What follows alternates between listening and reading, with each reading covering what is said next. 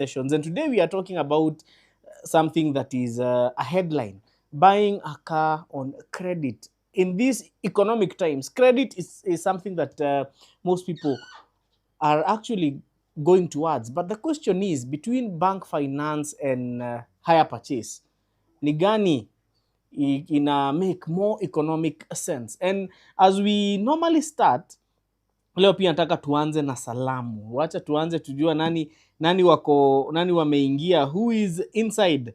And let's start. Salams. Kama unaingia sahi, just tell us, give us your name and where you are watching us from. Ndio tukue live and interactive. One announcement. Remember a few weeks ago we told you that we are going to start a service center so that we can have at least multiple points of serving you better. So from tomorrow, you'll be able to bring your car for service at Neon Mobility Eldoret. Sahi hata ukiingia kwa maps, Neon Mobility inakupeleka hadi kwa mlango. Pia ukiingia kwa mtandao, there is neonmobility.com. Pia unaweza ingia hapa uone how the service center looks like, ama pia you just drive there. The first week we are giving guys free labor, so unakuja tunaweka service parts and then labor tunakufanyia sare. So watu wa Chebarbar tulisema tunaanza pale annex, tunaingia town, tunaenda hadi Langas, tunaingia Moiben, alafu mwisho tunamalizia pale Sosiani, si ndio? So bring your cars. It's a pleasure having to serve the people of Eldoret. Na pia, so pre-purchase inspection wasiwa Eldoret, wasiwa actually LD and its surroundings as far as Kapsabet. And the good thing is we'll also be doing a delivery to Kapsabet probably in the next 1 week. So asante ni sana, you guys have really supported us and we are happy about that. So wacha nitoe salamu before I give you guys another very interesting opportunity. CPO Minda anasema ako ndani. Identity Rides anaitango Eric wa magari, live and direct. Maxon Onteri from Kitui. Sijui kama Tom wa Grande Motor Imports anajua jamaa anaitwa Onteri. Watu wa Kitui. Angore. Angore. By the way, Genzi yako na experience. Kuna hii phrase nimeona ikitumiwa for a while. Anasema I'm in like Maureen. Joseph Nungu, Gilgil locked in mkuu. Wasewa Gilgil by the way wamekuwa watu wa amazing wakati wa Safari Rally. At least pia walihost watu. So Gilgil, asante sana. Bernard Mula in the house from Bungoma. Watu wa Bungoma bana. By the way, Bungoma is not very far from Eldoret. So but soon, just soon, usijali. Pia watu wa Bungoma tunaweza fikiria kuwaserve. Tobias Kiplimo watching from Kobujoi, Nandi. Bas Tobias, asante sana for tuning in. Franco Kongo kama kawa namuona ako ndani. CPO Minde naona ako Chokaa. Steve Muhangani watching from Dubai. Sahi ningekuwa Steve ningekuwa Desert Safari na Nissan Patrol. Steve, what are you doing with your life in Dubai bana? Dismas Temo anasema ako Kasarani. Mambo ya Kasarani, unajua there was a time when we had every weekend lazima kulikuwa na wase wanaruka kutoka kwa balcony. Si kama hiyo kitu ilibadilika. Mwego from Nakuru. Alex Mwasiza excited for today's show. Identity Rides asking for 99 others. Hiyo Range Rover ya Tom inaenda kama imesimama kwa meza kama uchumi wa Kenya. Tom, mbona wasi wanadharau Range Rover? Wambie kwanza Range Rover ni electric. Hadi inafungukanga milango na inapiga alarm. So sasa inazimango wapi Tom? Oh yes. Range Rover iko na hadi it's anyway.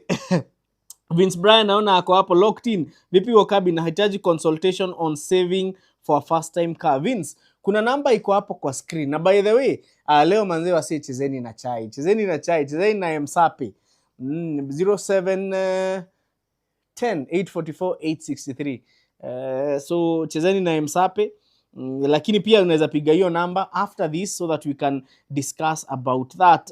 Kevin Shikoli, straight out Kirinyaga Road, Dennis Ngugi, Kitale, Teddy Ewakai, Lodwa, Collins Togoch, Kawaida from Syokimau, the land where dust is constant.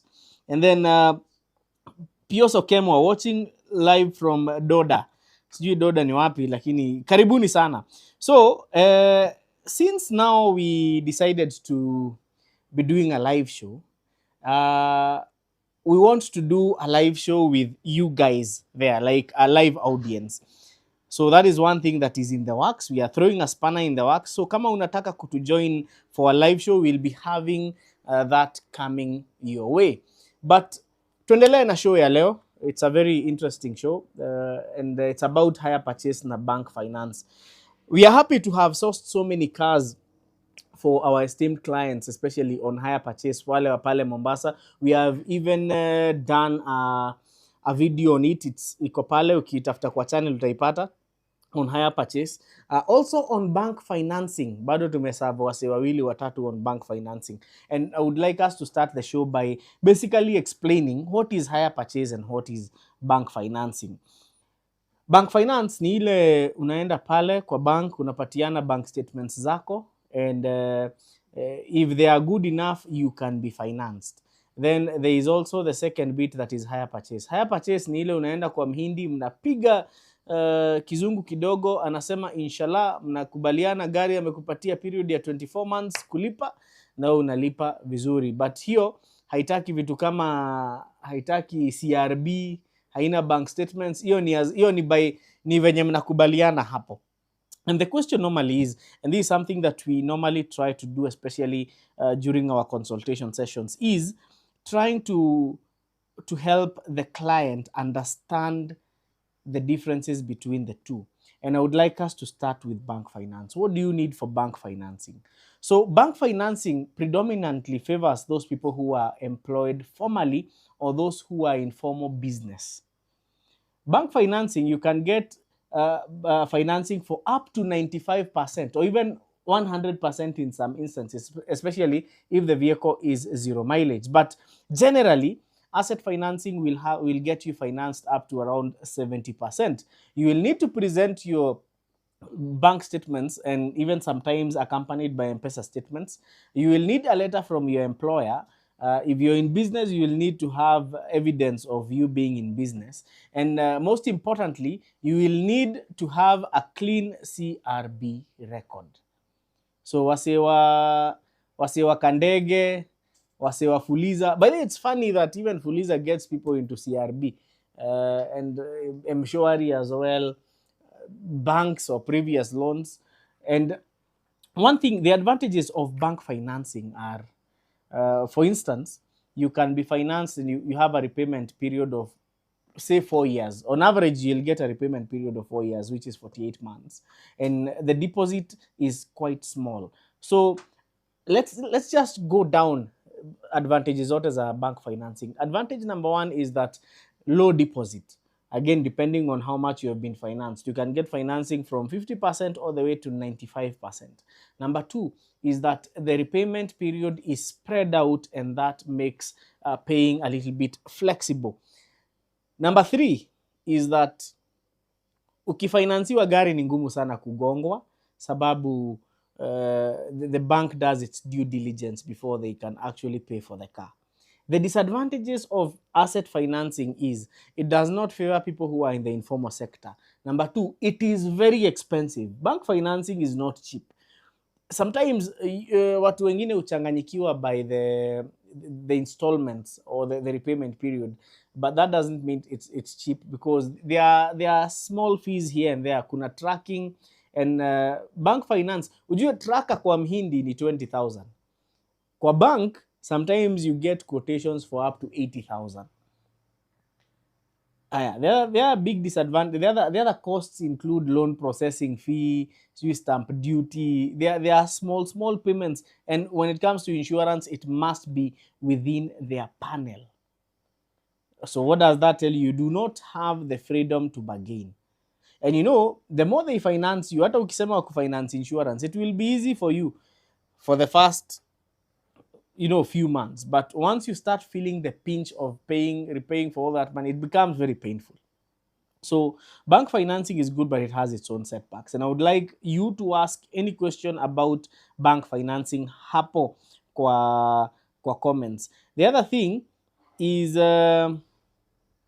twende kwa hire purchase. Hire purchase literally is when you walk in, unaenda Mombasa, unachukua mzee mzima Morris Sami pale, mnaenda pale mnakula, kuna mahali tunakulanga breakfast pale kwa mganda, alafu mnatafuta gari. The good thing with hire purchase, you see, bank financing can take even 2-3 weeks or even a month before you drive off with the car. But hire purchase, unaingia showroom, unatoka na gari. And hire purchase, it's actually it's more of how well you can bargain. Hire purchase might seem expensive because of the high deposit and the high monthly installments, but in some cases, it's actually cheaper compared to bank financing. Like the last 2 cases of hire purchase we have had, they were actually cheaper in the long run compared to bank financing. The other advantage about hire purchase is that kukikauka unaweza ambia mhindi, manze kumekauka, but nitakuwekea kakitu kadogo. That's the other very big benefit na hire purchase. The other thing is that the terms are very flexible. You can always renegotiate the hire purchase arrangement that you're having with the dealer. Some of the disadvantages of hire purchase are high deposit and high monthly installments. But in the long run, remember, in some cases, depending on how long you're paying, how long your repayment period is, it might be cheaper than bank financing. What is the average repayment period when it comes to hire purchase? The average repayment period is between 12 months all the way to 36 months, and that is dependent on the dealer who is giving you the vehicle. What about the deposit? The deposit, again, is highly dependent on the dealer. There are dealers who will give you low deposits, and there are some who cannot give you below 50%. But the higher the deposit, the better. The greatest advantage about hire purchase is that it favors those who are in the informal sector. In fact, when it comes to hire purchase, no one even cares where you work. As long as uko na ID, na KRA pin, na deposit, wewe kutoka hapo, you're ready to go and you can drive off with your car. Sasa, shida tu ya hire purchase ni ati there have been cases of watu kugongwa ama kuingizwa. That is what akina Erico Identity Cars call it. So whenever you're going through a hire purchase process, the other thing you have to do is read the contract. Na uchukue pen and paper. If you recall that video that we did, we actually had to sit down and do the math on paper because kuna kitu inaitangwa fine print. Hire purchase, the best, if you're to get a good deal on hire purchase, you must even know how much interest I'm paying per month. For instance, unaingianga pale unapatiana na mhindi, and you see most of them don't understand very good English. They start telling you, brother, how much you want? So lazima pia uwasikize vizuri sana. And what happens is they will give you a price, a cash price and a hire purchase price. So nitawataka niwaibie siri leo. Ukiingia pale kwa mhindi, negotiate on cash basis. Sawa? Negotiate on cash basis. Then after you have mekubaliana on a cash price, sasa mwambie ile pesa uko nayo haitoshi. Then they'll tell you the hire purchase price for this car is, for instance, we were able to get a 2019 Mazda 6 for one of our clients. I know he's watching, anaitwa Eric wa watches. So the cash price was around 2.3 something. But sasa when tulisema hatuna pesa haitoshi, tukaambiwa price itapanda hadi around 2.6. But now then you start doing the math. You subtract the cash price from the hire purchase price, and there you'll be able to get the interest. So what do? Ukishapata interest ni pesa ngapi, you divide that by the number of months zenye umepatiwa ulipe. Ukishafanya hiyo kitu, the next thing is to anza kunegotiate. Tumwambia hapana, mimi sitaki interest ya 10,000 per month, mimi nataka ya 8,000. So that's how basically, that's how safe you will be. But where I come from, we call it bargaining gedukio. It is not very good. So try to get and have a glimpse of how much interest am I paying on this car, then start negotiating on the interest. But nimekuambia usiingie hapo ukiambia mtu unaenda kununua gari na hire purchase. No, bargain on cash terms and then tell them that your money haitoshi, so ungependa higher purchase. Then now that you have the cash price, bargaining for the higher purchase price becomes easier, and even spreading the payments over. The other thing you can do is, assuming umepata, you'll be paying say 60,000 a month, kulingana na ile bei umepewa and how many months you have to pay. So the other trick is negotiate on the monthly installments. Do not negotiate in the terms of how many months am I being given to repay, to finish up kulipa. Bargain na, tell them Hindi, I want to pay you, assuming the result inakuja 65,000. Mwambie hapana, mimi nataka kulipa 50,000 a month. Hiyo ndio naweza afford. So you spread out that amount, because if you spread out, if you start discussing based on the number of months that unapewa ulipe, bei installments inaweza kuumiza. So you start, the best thing is to actually work in reverse. So the next time unanunua gari on hire purchase, nimewaibia siri kadhaa, but ile siri nitawaambia mzuri sana ni kupigia AutoConnect kwa hiyo namba iko hapo 0710844863, tukupange, tuende tukufunze kuishi town, tukuonyeshe kuishi na hao watu, and ukipiga pale, yes, we'll assist you go through the whole process. Now let's start. By the way, we have a Q&A session, so pia lazima uliza tu maswali. You can feel free to ask any question, and I can see, let me just go through. Cyrus Muli anasema watching from Kasarani, Amex Massive. Cyrus Muli, wase wa Amex by the way, ni wase I always big up, ni wase hunisaidia sana na parts, especially kwa wale wase wanunua magari mzee kama sisi, wase wa project cars. These are guys who are really plugging us with with these parts za kurebuild magari. So big up Amex, big up Cyrus. Smart Computing Souls anasema locked in from Sagana. Polycarp Dominion from Oyugis, Okemwa, Doba. Rapiegono anasema hello Eric, I'm still waiting for your feedback, especially in the higher purchase, is always have what we call, most of these guys will give you funny insurance underwriters wenye husumbua. I don't want to mention names, so also be very keen on those, and I hope I hope internet iko sawa. So there was okay, Alex, let me Alex, nitakuja kwa swali yako later on. CPA Omindi anasema Muhindi ukasirika sana if you negotiate the cash price then you change to higher purchase price. Wewe ukasirika, lakini sasa si lazima tujue kuishi town. No, but again not all of them. Kuna Wahindi wazuri sana pale Mombasa. Kuna jamaa anaitwa Farhan, kuna jamaa pale mwingine anaitwa Imnan, kuna ni wengi. If I start kuwataja watakuwa wengi sana, but there are awesome guys who are really want to saidia sana, especially kwa higher purchase. And Carl Kamau anasema he's watching from LD Annex pale watu wa Eldoret Chisibo tunakuja by the, and by if you want to have a chit chat, kesho unaweza kuja Neon Mobility from tomorrow all the way to Friday. Tunaweza tupatana pale tupiga story, si lazima hata gari ukuje uservice, kuja tu tupige story. So MK, I'll be expecting you. Mark Davis Nyanumba, Salamu Wakabi, with a budget of 2 to 2.5, can someone get a clean Y61 Patrol, or would you recommend a J120 diesel? The Patrol is an awesome car. The only thing I'll advise you is just avoid the one with a ZD30 engine. But the other disadvantage of the Patrol is, but it's an amazing car. Fuel economy iko chini, but I don't know if you're buying a Patrol whether kubuy fuel economy is something on your factors to consider before buying your car. So yes, J150 utapata gari reliable and more fuel economical, and also a vehicle that is sellable. These patrols, sometimes they are amazing cars, but before you find somebody looking for a patrol, utatembea tembea kidogo.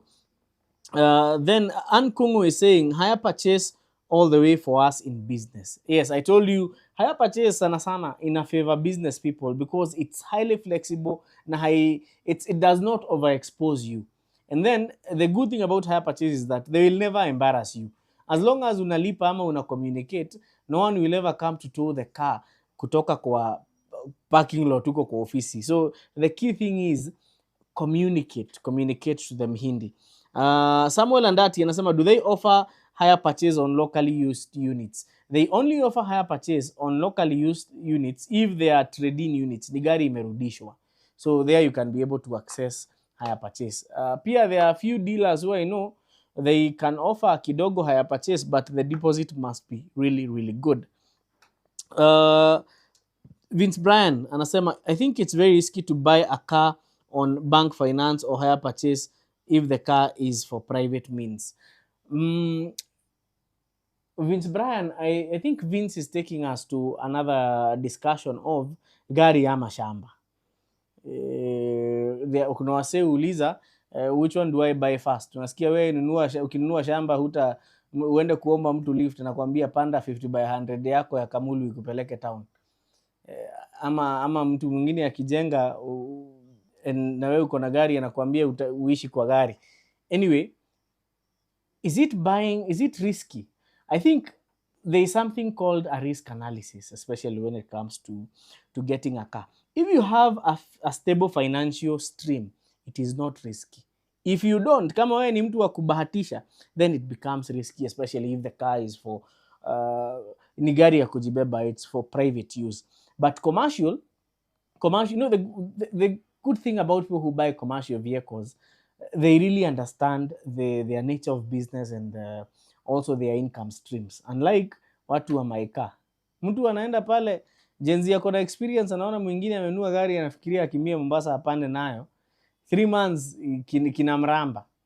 So before I advise you to buy a car on hire purchase or bank financing for private use, first of all, understand your income stream. Na pia uhesabu kitu inaitwa turnover. You see, before a bank can finance you, they have to take a look at your turnovers. And this is something that banks do that the hire purchase guys do not do. And this is the other reason why banks zinaweza kuwa zina discourage watu, because their turnovers might not make sense. But hire purchase, unajua Mhindi yeye ni gari iondoke showroom. Whether you can pay for it or you can't, hiyo ni shauri yako. But for a bank, they have to really check if your turnovers after kukatwa pesa ya installment utabaki na something substantial. Identity rights, ngoja. Arapiegon, I didn't get your feedback. Ulihang. Arapiegon, ebu uliza hiyo swali. Tuende kwa The Great Bob, watching live from Murang'a Kahuro. Uko sasa ni home. Uko sasa ndio home ndani. So karibu sana The Great Bob. Sheriff, Letkamas, Roiro Massive. Nilisikia wase wenye wanaishi Roiro wanakuanga lactose intolerant. I don't know how true is that. Anyway, identity rights. Anasema Mr. CK, talk about he company X that uses USD, yet we are using Kenya shillings. Juu hapa, it has cooked the goose for many. Eriko Identity, nitakuita hapa. Hii kikao inataka watu wawili. Hii haitaki watu wengine, inataka watu wawili. Carl kama anasema watching live from Shamata. Karibu sana. I can tell Carl is trying to pull a leg. Mugambi Victor is saying, Victor from Isiolo, bank finance makes more sense since monthly installments are slightly lower than higher purchase installments. Mugambi Victor, is your statement true? Yes, it is. But the last part is true. But the first part, let me give you another sneak peek of how to know whether bank finance is more expensive or higher purchase is cheaper. And higher purchase, arguably, from my perspective, is higher purchase will serve somebody who is very disciplined in this way. Bank finance, there's a a certain software. Is it a software or a landing page or a website? It's called RN Loan Calculator. So if you go calculate, ukiingia tu hapo online, it gives you a chance to compare various rates from different banks to see how much interest you're paying. And let me tell you something for free. If you're paying a car kwa bank, tuseme umeenda umenunua gari hata ya say 2 million. You know, if you go through bank finance, chances are hiyo gari utailipa close to 3 million. When you go the higher purchase direction, the deposit might be more, the monthly installments might be more. And I'm not in any way trying to push for higher purchase, because kuna pia higher purchase might not make some sense to some other people. But here is the thing. Higher purchase might be, you have a definite interest. So mostly higher purchase for medium cars utapata unalipa 10k a month. So if you're paying that car within 36 months, utapata you've paid an interest of, in a month you're paying 120,000. So you'll be paying an interest of 360,000. And these are things that people will not tell you. But ukienda kwa bank, for the same period of time, trust me, you'll be paying more. Na hizo installments kidogo kidogo. That is why before you buy a car on credit, tafadhali, just sit down with a pen and paper, compare bank finance and compare higher purchase, uone ni gani cheaper. And nitasema kama wase wanaandika hizi local blogs, the result will shock you. So just do some math. Tuende, CPO Mindi anasema the rule of buying on higher purchase is to raise half the cash of the vehicle. Kama gari ni 3.6 million, cash have 1.8. Then as Wakabi said, be honest with him on the monthly payment. CPO Mindi yako tuko pamoja kabisa. Hapo tuko pamoja. Most of the, okay, we have a few dealers who might go slightly below 50%. But if you go below 50%, where you are too, the lower you go, the more expensive the vehicle becomes. So the rule of the thumb, have at least 50%. The rest, be very honest. Alafu ujue, higher purchase doesn't have a fixed way or a fixed template. It varies from dealer to dealer. Kuna dealer hata ukiongea naye vizuri atakupatia grace period. Yes, so ndio tunasema we always ask people or ask the viewers, if you feel you're hesitating from you feel too you're not comfortable, we can take you through these processes. And in fact, through our line, the number that is there, unaweza piga simu and we will go bit by bit. Tuseme uko na pesa ngapi, do we go higher purchase or do you go bank finance? However, bank finance favors many because of the kidogo deposit and the spread out monthly installments zinakaanga friendly. But if you have a good relationship with your bank, then I think bank finance would make a lot of sense. The reason why asset financing is feared by many is because wase wengi in Kenya today, actually most people in the informal business sector, they thrive on higher purchase. Tunaanza na wase wa matatu, not the 33 seaters, the easy matatu, the H200s. Most of them are actually thriving on higher purchase. So yes, it is really improving. It is really, moving our economy. Tuende kwa Anu anasema greetings from Malindi. Francis Achola anasema here I'm here with a budget of 2 million. Waiting for Eric with a CK to tell me Mazda Axela petrol option is a good option as a fast car. Francis Achola, that's a perfect option. Na by the way, kama uko na hiyo pesa hapa, kuna moja moto sana iko mahali. Niko sure Tom wa Grande Motor Imports, hiyo maneno ako nayo moja safi sana that you can actually get it. So please, tafadhali, it's a perfect car. Talk to us kwa hiyo namba iko hapo. The Arapiegon still looking for a Fielder Matakwa Budut 1800cc 4-wheel drive. Nimekumbuka hiyo gari. Erico Identity Cars, tafadhali get in touch with Arapiegon. I'm sure Erico Identity atakusort, akona kitu kama hiyo mahali. Nimekumbuka Arapiegon, so we can link up the two of you Erico Identity, post namba yako hapo so that nani can call you, Arapiegon can call you. Lazarus Imboyo anasema, hey Eric, could you one of these days talk about Suzuki Jimny 2020 model? We are definitely going to do that. We have a spanner in the works ya hiyo gari, so within the month of April tutakuwa na hiyo review. Kango Singh, huyu jamaa anakuanga anatusupportingi sana on our live session. Anasema, Ndume, big up. Leo niko na 2 questions. One, tell us about Honda Fit GK5 that was on a track in Vasha. Haya. Number 2, I believe crossovers are overrated. What are your thoughts on the 2018 Honda Accord Hybrid versus the Honda Accord 2.0T? GK5 hiyo ilikuwa ya rafiki yangu mkubwa anaitwa Lujin na timu yake ya kina Achi, ya kina Kirui, wa timu inaitwa Crabman East Africa School of Drifting. And that GK5, by the way, just to be clear, it was participating under Kenya National Rally Championships 2-wheel drive category.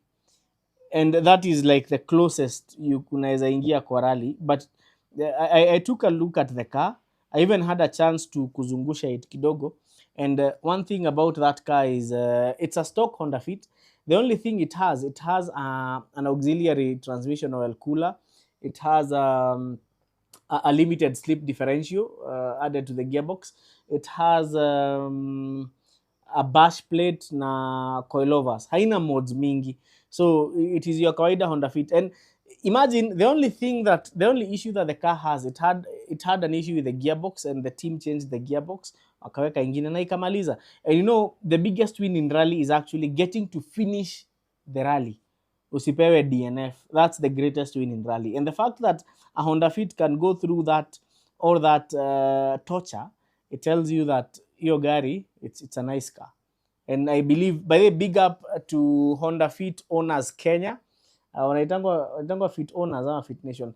They gave me a call on I was given a call by one of their representatives, actually on they inboxed me on X. Then we had a chat, and they actually yesterday they met Lujin in Nairobi, wakampelekea stickers as a form of appreciation to put by putting the Honda Fit on the global map ya finishing the Safari Rally. Fit owners wanakuanga watu wengine wazuri sana. Hawananga mbwembwe kama watu wa Nissan Note owners. Hawananga zinaitwa nini? Hawananga vishasha kama watu wa Mazda Demi owners. You know, the Fit owners ni kikundi tu cha watu wenye wako tu, they make big moves but in a silent way. So I would also like to big up Fit owners wote. So you have amazing cars, guys. Tuende kwa question number 2. The crossovers, yes, crossovers are overrated. Personally, hadi size sijaielewa mtu anaendeshanga Honda Vezel kwa nini. But anyway, those are personal opinions. If it's the car for you, then it's a good car. But the 2018 Honda Accord Hybrid versus the 2.0T. Personally, yes, hybrids are here, you know, to save fuel, be friendly on to the environment. But personally, from deep down my heart, I would not buy a hybrid. 2.0T to the world. Lazima tufanye ile kitu inaitwa you cannot do that with a hybrid. So bana, mimi ni Accord 2.0T revving at 6500 rpm. Mimi usema hii maneno ya environment, tutapanda miti. You know, the solution is very easy. Tutapanda nini?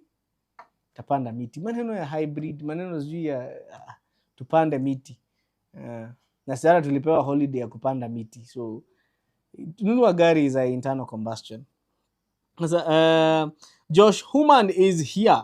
Kevin Mulama anasema, I observed during my 3-year stay in the UK that nobody ever buy a car at cash price. They always seek to do it on credit regardless of how well resourced they are. That is true. Even most business people don't buy cars on cash.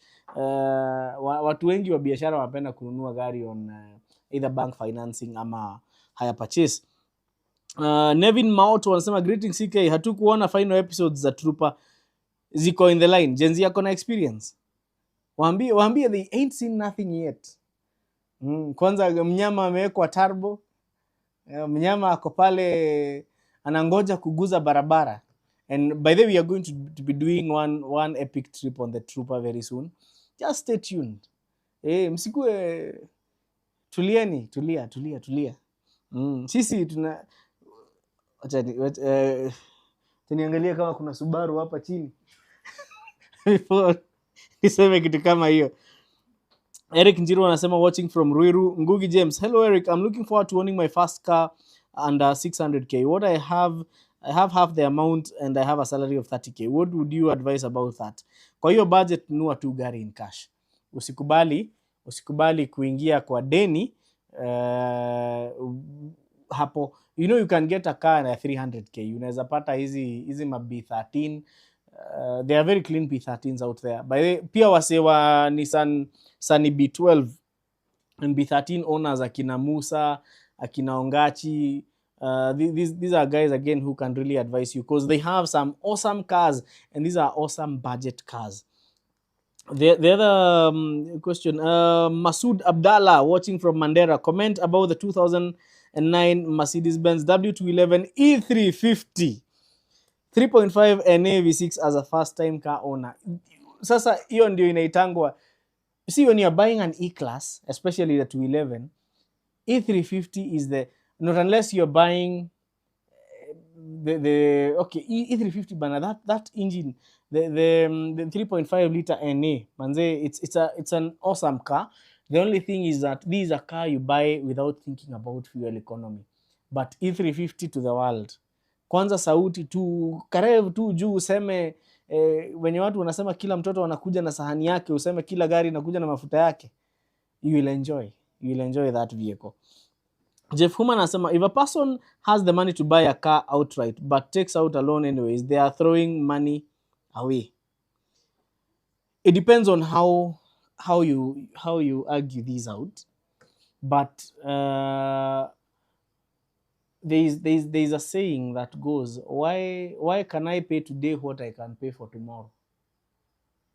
So if you can, it's actually more of distribution of risk, because if I can be able, say a car is worth 3 million, if I can pay 1.5 million now and the other 1.5 in say like 2 years, as a business person, I would opt to pay the 1.5 now.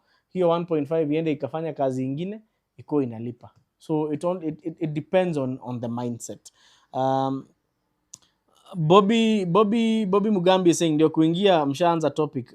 Bobby Mugambi, umechelewa class. Na sasa mtu akichelewa class, bucket na maji mnaosha. Naanza kupatiana punishment. Tunaweka Eric wa identity cards akuwe pale ni yeye prefect. Mtu akichelewa kwanza anapiga punishment alafu anaingia class. Haona mna gani? It's only once per week.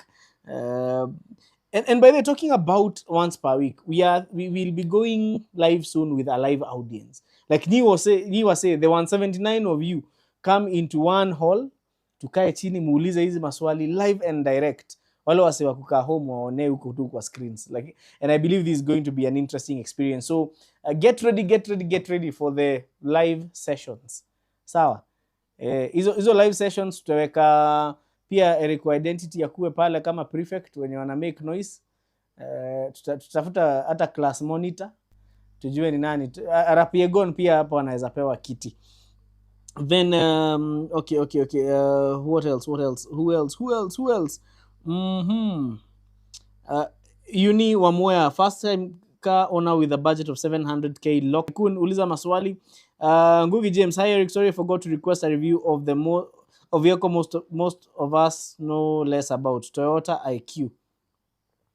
Yes, that one tutafanya chini tu tutakuanga tumedeliver. Hiyo ingine ni who else do we have here?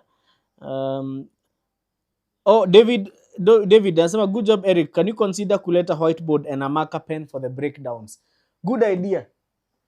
Whiteboard inakuanga hapa, kitu tu haina, tunangojea serikali release pesa ya kalamu, but whiteboard iko tayari. Next show tunafanya na whiteboard, mahesabu tunafanya hapa. We will be doing the math here so that we can make sure the math is mathing. Who else? Who else is here? Anderson Gidenji, tell us about the problems with the Mitsubishi Outlander PHEV. It's an awesome car, great vehicle, great fuel economy, great performance, by the way. Any known problems? I don't think so. Not unless uanze kupeleka hiyo gari kwenye haifai kama kutembea kwa maji. Unajua nawambianga wasee hizi gari hybrid si Yesu ati itatembea juu ya maji. So if you're in flooded waters, tafadhali, if you run the following cars with an electronic power steering, cars with a hybrid system, tafadhali, avoid wading. Sawa. Will curve you. No, Sheriff is a LC300 deal of a G-Wagon CK. Those two cars are in very different categories. Then I think they also serve a very different niche of people.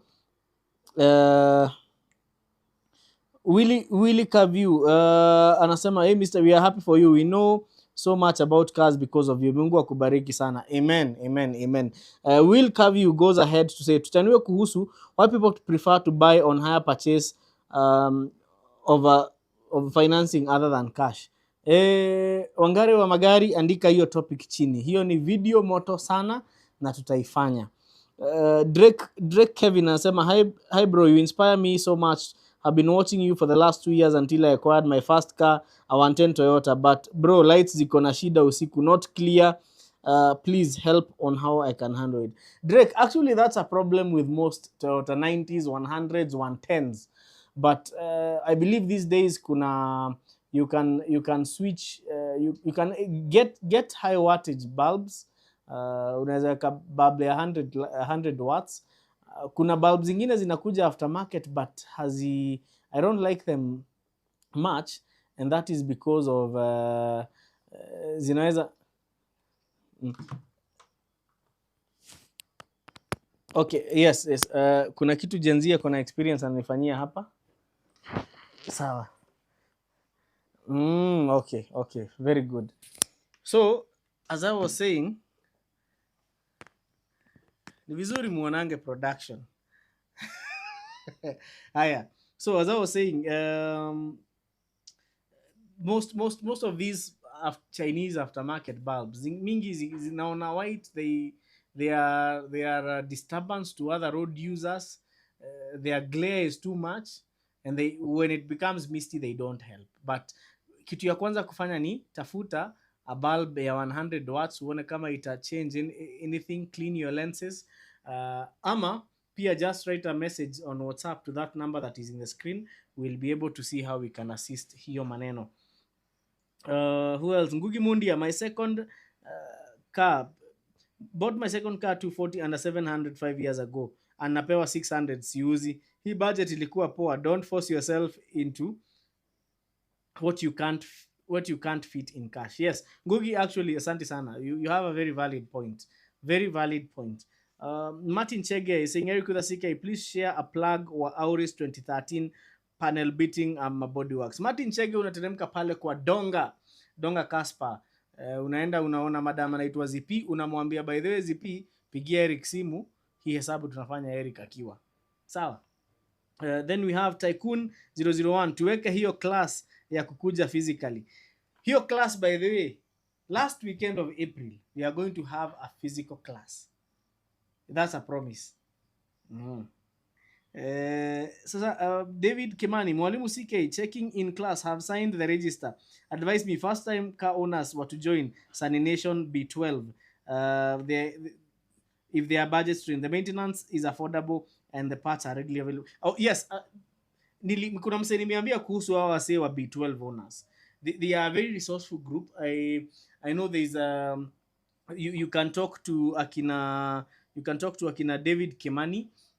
I'm sure he will be there to atakusort vizuri sana. So kwa hiyo group ya B12 owners, I know also there is a very resourceful gentleman called Musa. There is Ongachi. And the last time we had a drive, these guys turned out in large numbers. Halafu wanafinya magari, and then they tell you they are still getting amazing fuel economy hata after kufinya hizo magari. But they are amazing guys to be around. So kama uko budget straight, tafadhali tafuta wasewa B12 B13 owners. They are amazing people. Alex Masisa, hey Wakabi, what's your take on the 2013 C200 Sport Plus W204? W204s were nice cars. They were not bad. Winnie Ashley, Suzuki S-Cross or SX4 Cross reviews. They are nice cars, but I will tell you something. Kama ununue S-Cross usinunue two wheel. Just buy the four wheel. You will enjoy. Utaenjoy. Ile four wheel inaitwa all grip. Yeah, so but kama budget yako inaweza ruhusu, you can top up pesa kidogo ununue kale ka Escudo. The difference between the SX4 and the Escudo is there's a very significant difference when it comes to the drivetrain, because the Escudo has a 6-speed auto, the SX4 has a CVT. So that's one of the major differences. But SX4 zinakuanga sawa, hazina mashida mingi sana. But when you're buying an SX4, ikanyage vizuri. Ukisikia ina jack, wachana nayo. Sawa. Ukisikia iko smooth, buy the car. Eric Mweti is saying hire purchase inaweza kuhemesha vibaya sana if you're a business and having a bad monthly revenue. Eric has a point, and Eric Mweti, I think, yeah, that's a very valid point. But being in the business world, I would feel that the good thing about hire purchase is that you can renegotiate. You can tell them, hindi manze ni kubaya, but gari nitakuwa na kulipa at least nusu ya what I've been paying you. And I believe they are if you get the right dealer, they are understanding. But again, he has a point. Unajua uzuri wa this channel that we have is that we get to discuss with people who are on the ground, watu wameenda through these things, watu wamekuwa under these, these experiences. And I think Eric Mweti is actually a very resourceful person to be, to talk to, and even to be giving such sentiments here. Eric Mweti akona, he's one of the Wi-Fi providers in Meru. So asante sana Eric, and ambia say if you have any other insights, especially for the people in business, and I know these are the people who would so much be interested into going in the higher purchase direction. But pia, Eric, maybe I would like to get your feedback on this. I feel that banks are more rigid, at least higher purchase. The Wahindis are more open to negotiation than banks. Ndio, kwa sababu banks lazima uandike mabarua kama 1000. Let's talk about Bobby Mugabe. Merchandise aje, kastika zikuje na usitugonge bei kadhe. Bobby, merchandise inakam. In fact, in the month of April, when you guys come for the first Connect live with a live audience, there's something we'll be launching. Na in fact, hatutawalipisha kitu kukuja class. Hapana. Just show up. Show up, alafu hiyo maneno ya sticker actually entrance itakuwa sticker na t-shirt. Unaona? Tumewapanga vizuri. Unanunua t-shirt, unaingia pale, tunavaa uniform, tunaingia parade, tunaanza masomo. Ama aje? Alafu baadaye tunaingia pale, tunapiga drinks, tunakula kitu kidogo, tunaenda. I hope that is good, Bwana Bobby Mugabe. Samuel Andati, merchandise iko website gani?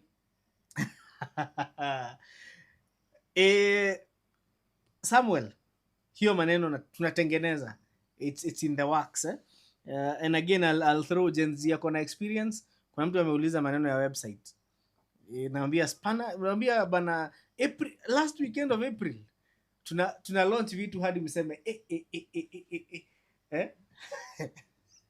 Aya, the other question, Samuel Andati, 1KD versus 2KD, which one will you pick? I'm a 1KD kind of person, but the difference between 1KD and 2KD is mostly displacement. Siku hizi hatuoni more of 1KDs because hatuoni more of 2KDs, but 2KDs, 2KDs were quite reliable. Zilikuwa reliable. 2KDs, I can argue that a 2KD is slightly more reliable than a 1KD, but it's arguable. Hiyo ni ile story tunaitanga Mauro wa Prince Drive hapa. Tunachambua hizi engines because I would say a 2KD is more reliable, but a 1KD is more powerful. Haya, Tycoon 001, bro, what's the difference between Toyota Mark II and Toyota Chaser? Sasa maswali kama hizi unifurahisha sana. Toyota Mark II and Toyota Chaser are literally cars in the same family. Na hiyo, that family is big. We have Chaser, we have Mark II, we have ile ingine ilikuwa inaitwa Cressida. it's a big family, but Cressidas ilikuwa za kitambo kidogo. So they have this more or less the same underpinnings, but they are packaged differently. But Mark 2s are more of comfort oriented, Chasers are more of performance oriented. Tuende kwa Andy Kaisha anasema Pokabi project ya Trooper ilienda aje? Trooper iko sana. Kwanza saa hii inapumua vizuri sana. Inapumua vizuri, but I'm telling you guys, chill.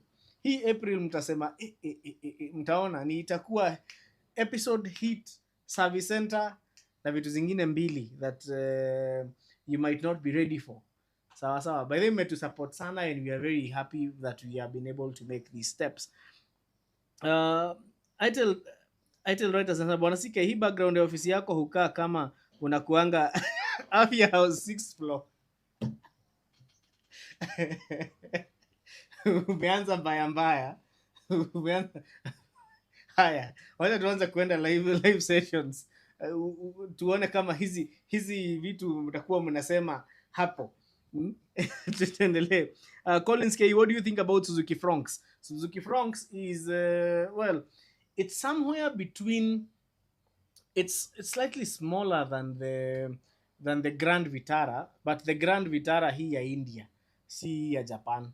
So Fronx is a very interesting vehicle. I think it's more of a compact crossover SUV. It looks how it looks, some people say inakaa fiti, others say haibambi, but I say beauty is in the eyes of the beholder. In terms of reliability, you know, Suzuki's are built reliable.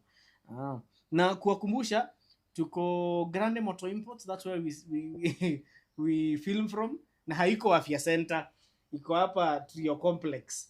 Hapa ukienda kuingia Gumba utaweza kuja hapa room number 302 uongee na mzee mzito Tom. Kwa hapa Tom wa Grande Motor Imports. Identity rights anauliza miti gani? Mark Minor, what's the difference between 1KD and 1GD? Sasa kama kuna maswali napenda ni hizi. 1KD, 1GD. Let's start with 1KD. Sasa hapa chora I wish ningekuwa na msewa graphics leo. Chora table ya 1KD na 1GD. 1KD, we start with the most notable features. 1KD has a displacement of 3000 cc, 1GD has a displacement of 2800 cc. 1KD is belt driven, 2GD, 1GD is pole.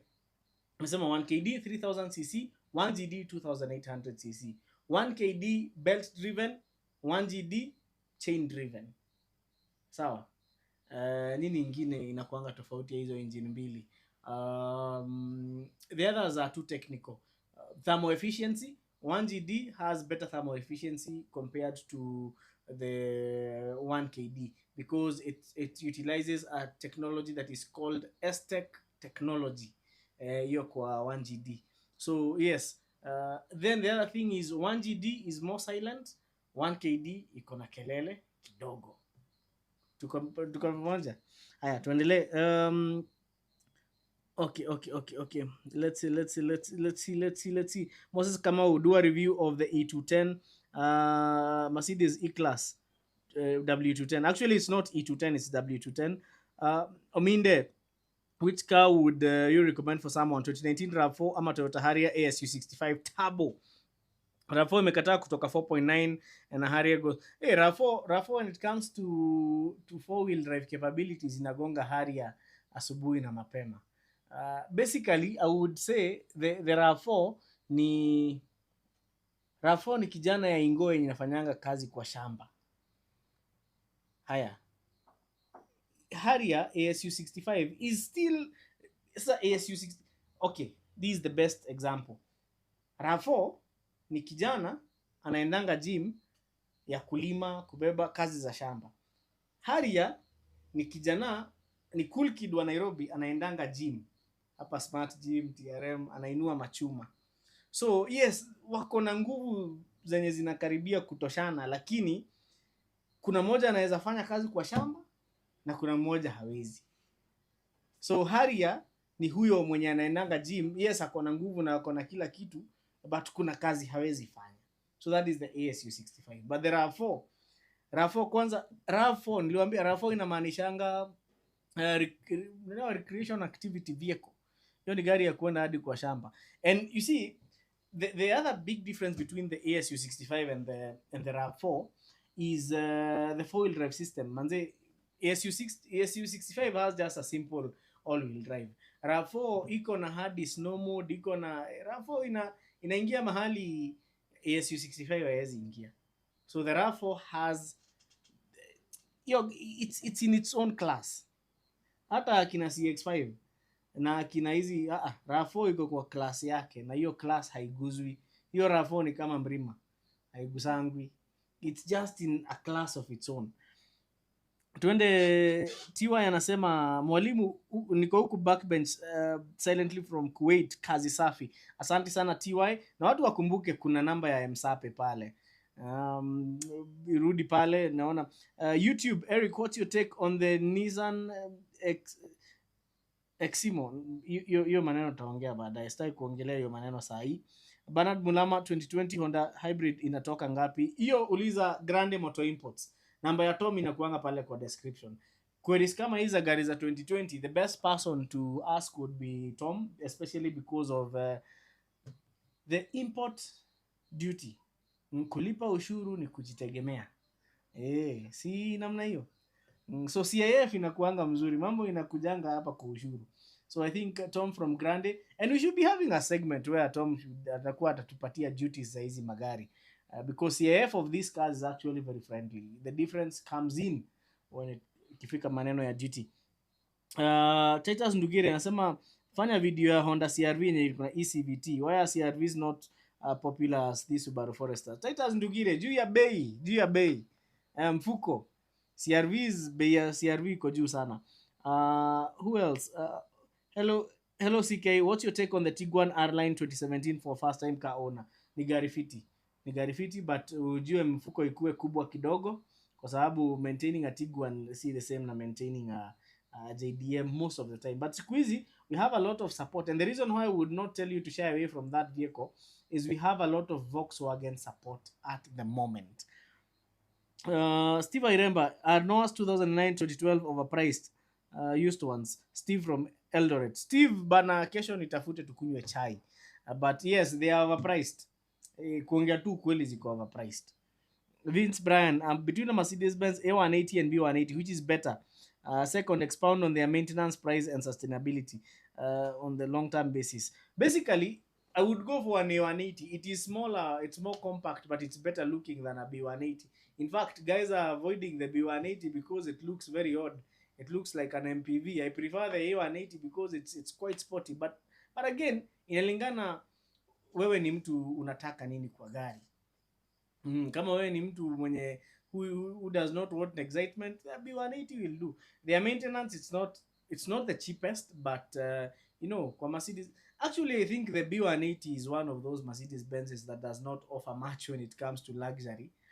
It's one of those odd Mercedes Benzes that are front wheel drive, just like the A180. Anyway, in fact, A180s and B180s are for people who just want the Mercedes Benz badge. But the A180, no, B180s are the ones for the people who just want a kitu.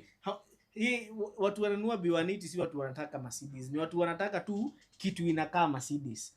Juu I can say B180 ni kitu inakaa Mercedes, but A180 it looks inakaa poa, and it's a good, at least it's a sporty Mercedes. So personally I would go for an A180, not a B180. Zebedayo Biswalo, bro, what's the difference between Land Cruiser and 4Runner?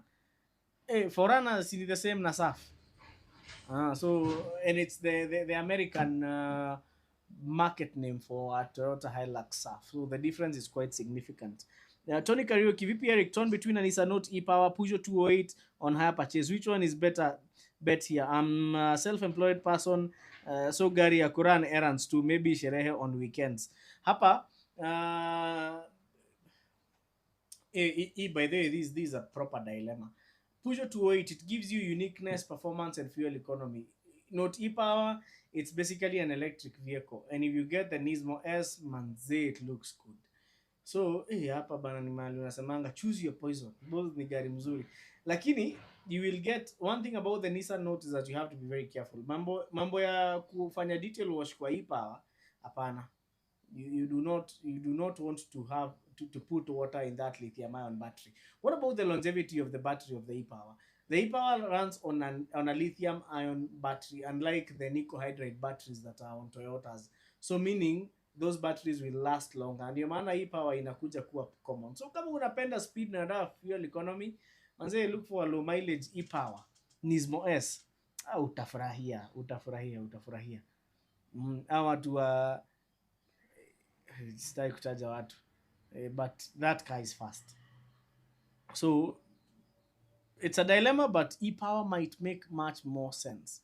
Alafu niliambiwa kuna difference between entrepreneurs na self-employed. Self-employed ni mtu mwenye kama hayuko kazi inasimama. Entrepreneur ni mtu hata akienda holiday 2 months kazi inaendelea.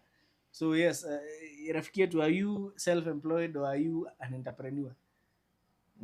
So Anthony Mu here. Eric with a CK, advice between Nissan Note e-power and Suzuki Solio Bandit. Those cars are in two different categories. So Note e-power is more expensive. It's a better car compared to a Solio Bandit. Alex Bosiza, what's the difference in performance between the 2018 CX-5 Turbo and the 2018 Harrier GR? Well, your CX-5 Turbo ni moto 2.5 liter. It's a 2.5 liter 4-cylinder, and it can generate anything from between 250 horsepower to I think around close to 300 horsepower, depending on whether you're running high octane fuel or kidogo low octane fuel or standard octane fuel. Hiyo gari ni moto, hiyo gari ni fire. Hiyo Harrier kidogo inaingia climbing lane hapo. Tuende kwa X-Trail T30 Mark II. Which one is better for a first time car owner, maintenance and fuel? Hizi ni gari hufai kufikiria mambo ya fuel economy ukinunua. But Mark II is very comfortable. X-Trail is very versatile. So again, the decision will be based on, do you need ground clearance or do you need comfort? X-Trail, there is a chance you will get a 4-wheel drive. Mark II ni rear wheel drive awesomeness.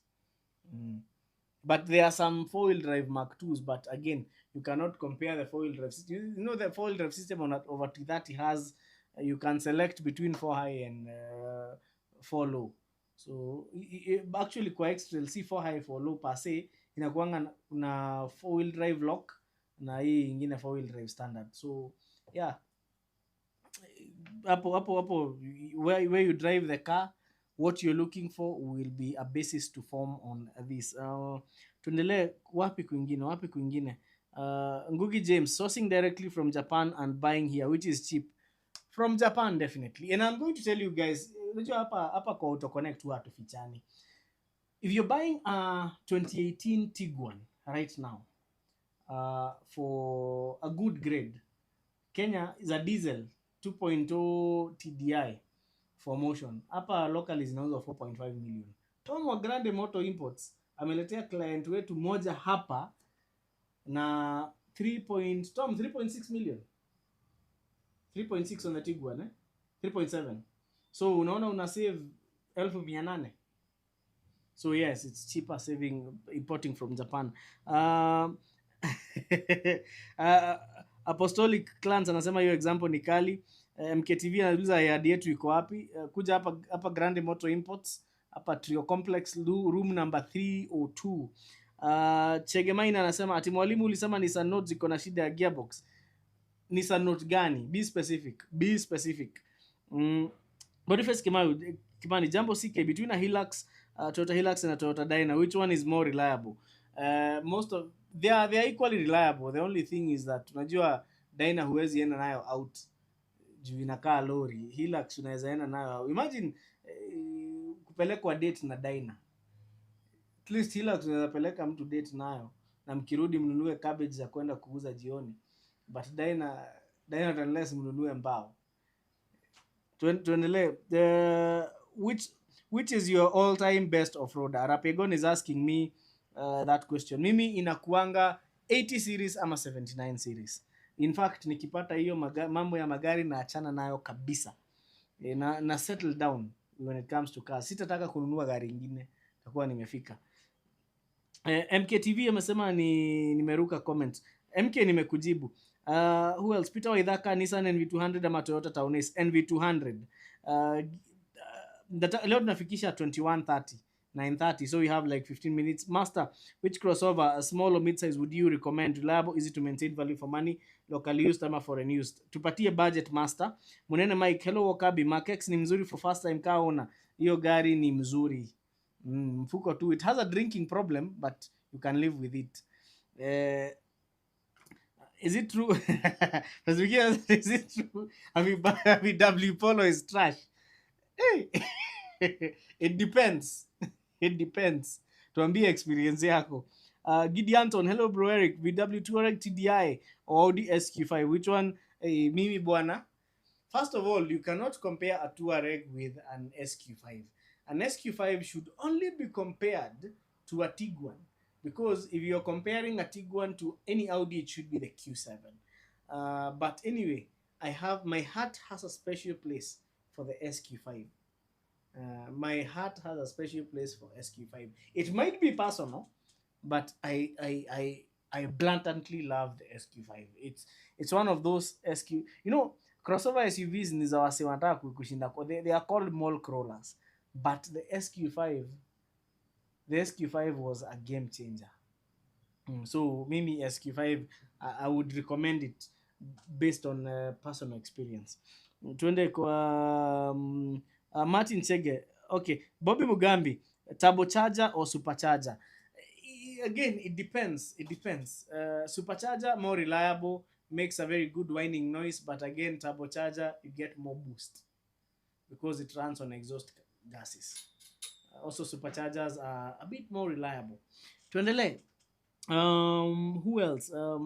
Kevin Mutegi, Nissan Note e-Power mashida zake hatujaanza kusikia, lakini tunaweza get in touch na Nyambura wa Hybrid atuambie ameletewa wagonjwa wangapi wa e-Power, but I believe she has had several issues na watu wa kuzipeleka. Unajua unafanya e-Power ikue kama Yesu na kuitembeza juu ya maji, na hata Yesu unajua alitembea tu juu ya maji once.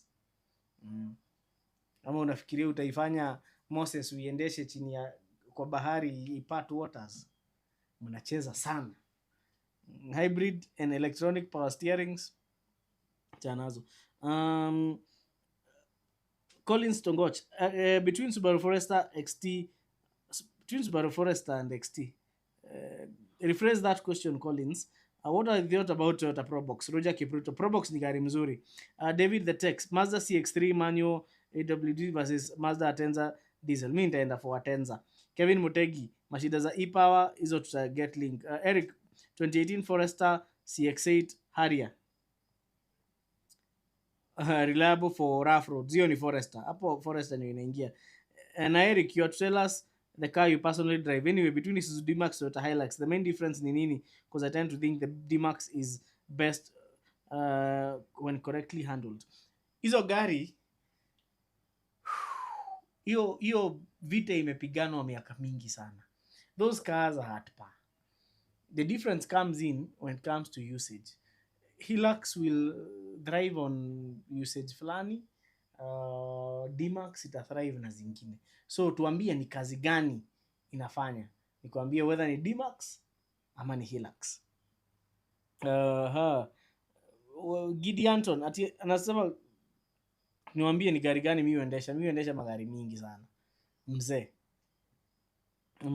Gideonton, hello Eric, VW Touareg diesel SQ5. Hiyo swali nimejibu. Crossover SUV reliable, easy to maintain, budget to 1M to 2M. That has to be a Subaru Forester. SH sana sana hizo my SH5. Emmanuel Langat, my Wing Road 2006 consumes 11 kilometers to the liter. What will be causing the high fuel consumption? Hey, spark plugs, oxygen sensor, catalytic converters, driving style. Yani mambo ni mingi. I think the best, Bwana Emmanuel Langat, the best thing is to take it to a good garage and have it analyzed one by one. Inaweza kuwa ni vitu mingi zingine hata huwezi expect. And I can see we have 13 minutes. Kariuki Pio, Suzuki Jimny Sierra 3 to 5 doors ziko 3 5 door ziko sawa, hizo gari ziko sawa. Serena ni gani ziko na shida ya gearbox to be specific? Unaona Serena yote iko na CVT, iko na shida ya gear. Be advised. Sana sana ununue Serena inaitwa S hybrid. Hey, hiyo si mzuri hata kidogo, but the Serena e-Power is the game changer, na tunaleta moja na Tom wa Grande Motor Imports. We are importing a Serena e-Power for one of our clients and we are going to give you an up close and candid review of that car. Tutaendesha kutoka Mombasa hadi Nairobi, tuone itakunywa mafuta ya pesa ngapi, na utaona itaikuwa imeingia na pesa ngapi. Sawa sawa. Munene Mike anauliza, nimeona wasee wameuliza story ya supercharger. Unaweza weka supercharger kwa 4GR. There are kits, there are supercharger kits for that, but they are very expensive to the extent that ukiangalia the cost, you'd rather just buy another. I do an engine swap. Collins Togoch, Subaru Forester Extiva's legacy. Collins, hiyo swali makes sense. Benson Otonda, what is your review on the Toyota Ractis 1.5 1NZ for mkulima mdogo? Hiyo gari ni poa kabisa. Change plugs inakunywa kuliko before. 13.7 to 11.7 kilometers to the liter. Martin, you probably got counterfeit spark plugs. Who else? Mwego, between Toyota Avensis UK ama Japan boss, and piga review please. Most of the Avensis za UK utapata ni za diesel, most za Japan utapata ni za petrol. Most za UK utapata ni manual transmission, gari ya kukanyaga clutch na kucheza na fimbo. Za Japan utapata ni hizo ma CVT. So yeah, those are some of the differences. Sijasema all of them, nimesema some. Drake Kevin, why is it that we don't have Hyundai Sonata, Haval, GMC on our Kenyan roads? Drake, actually there is a Haval dealer pale Mombasa Road, na kuna Haval Jolion, kuna Haval P series, the pickups. There are quite a good number of Havals around. GMC is a Chinese brand, pia ziko si mingi sana. Hyundai Sonata, Sonatas are not very common, but Tucson's and Palisades zimeanza kukua common. Also Santa Fe's pia zimeanza kukua mingi kwa barabara. Comment on Subaru Impreza Anesis. It's not a bad car. Wacha niseme not bad. Onesimus Busia, 2010-2012 Nissan Tida ikoaje? Would you advise for first time? Those Tidas are nice. They are good cars, but nunua yenye haijachemka na yenye gear haina shida. But their gearboxes were relatively reliable. They are not expensive. Juu unapata gear ni kaa 45k. So those Tidas were actually nice cars. Na kuna venye demand ya Tida imegrow in the last few months.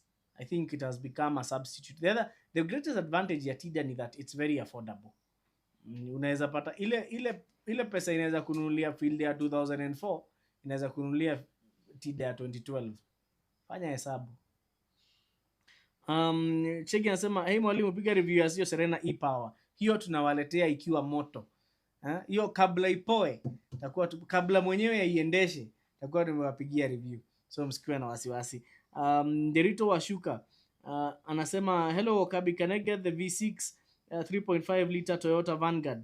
Sasa hivi kupata hiyo Vanguard V6 zilikuwa, they were there, but getting them is kibarua.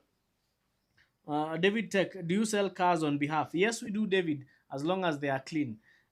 Alex Mumanyi, my Toyota Caldina ina vibrate sana ikiwa kwa reverse gear ama drive. What solution ni gani? Hiyo sana sana utapata ni engine mount imekata. The typical problem. Ngugi James, what kind of work I'll need? A single cab, pickup, generally hardware, jobs, transportation. And again, I don't understand why in Africa there are only basic trims of the Isuzu D-Max single. Yo ni it's an African problem. James, compared to the Asian, yes. Josh Hoshman, JMC, pole. Josh, I actually meant kuna ingine hapa ya China inaitwa JMC. Yes, GMC is American, and the reason why we don't have GMCs in Kenya is because they are predominantly left-hand. They have a serious drinking problem that a rehabilitation center cannot solve. And again, who is fixing them? Pole. Josh Homan, yes.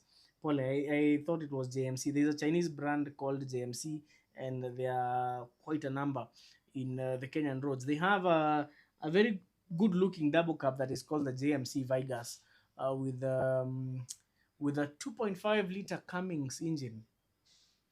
Ile engine ya generator inakuanga inakaa ya orange. So yeah, but the GMC, yes, GMC is American, JMC is Chinese. So Nicholas Gidenji, CX5 or Forester, it depends on which one. So it's about time.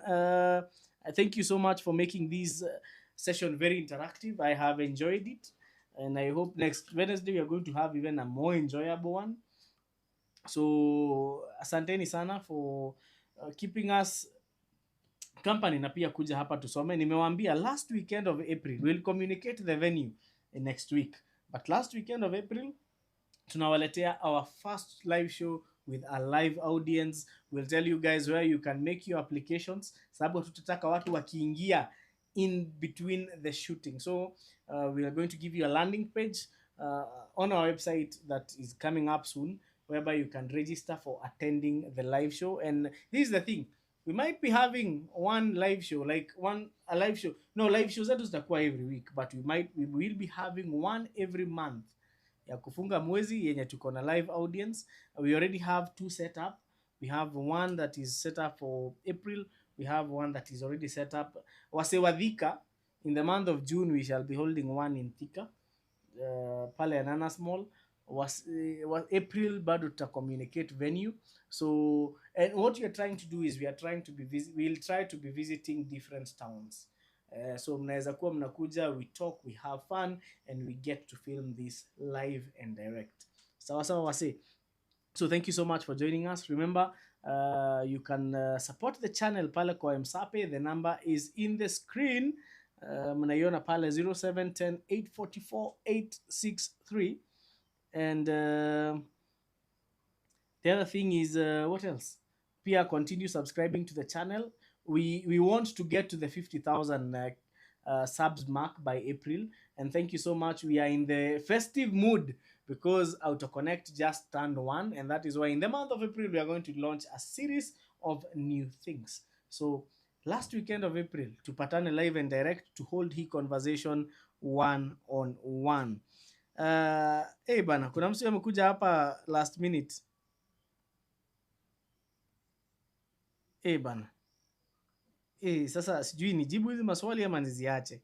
Bobby Mugambi, unasema tafuta sponsor wa maji. Bobby, si unaona namba ya M-Pesa iko hapo, Bobby.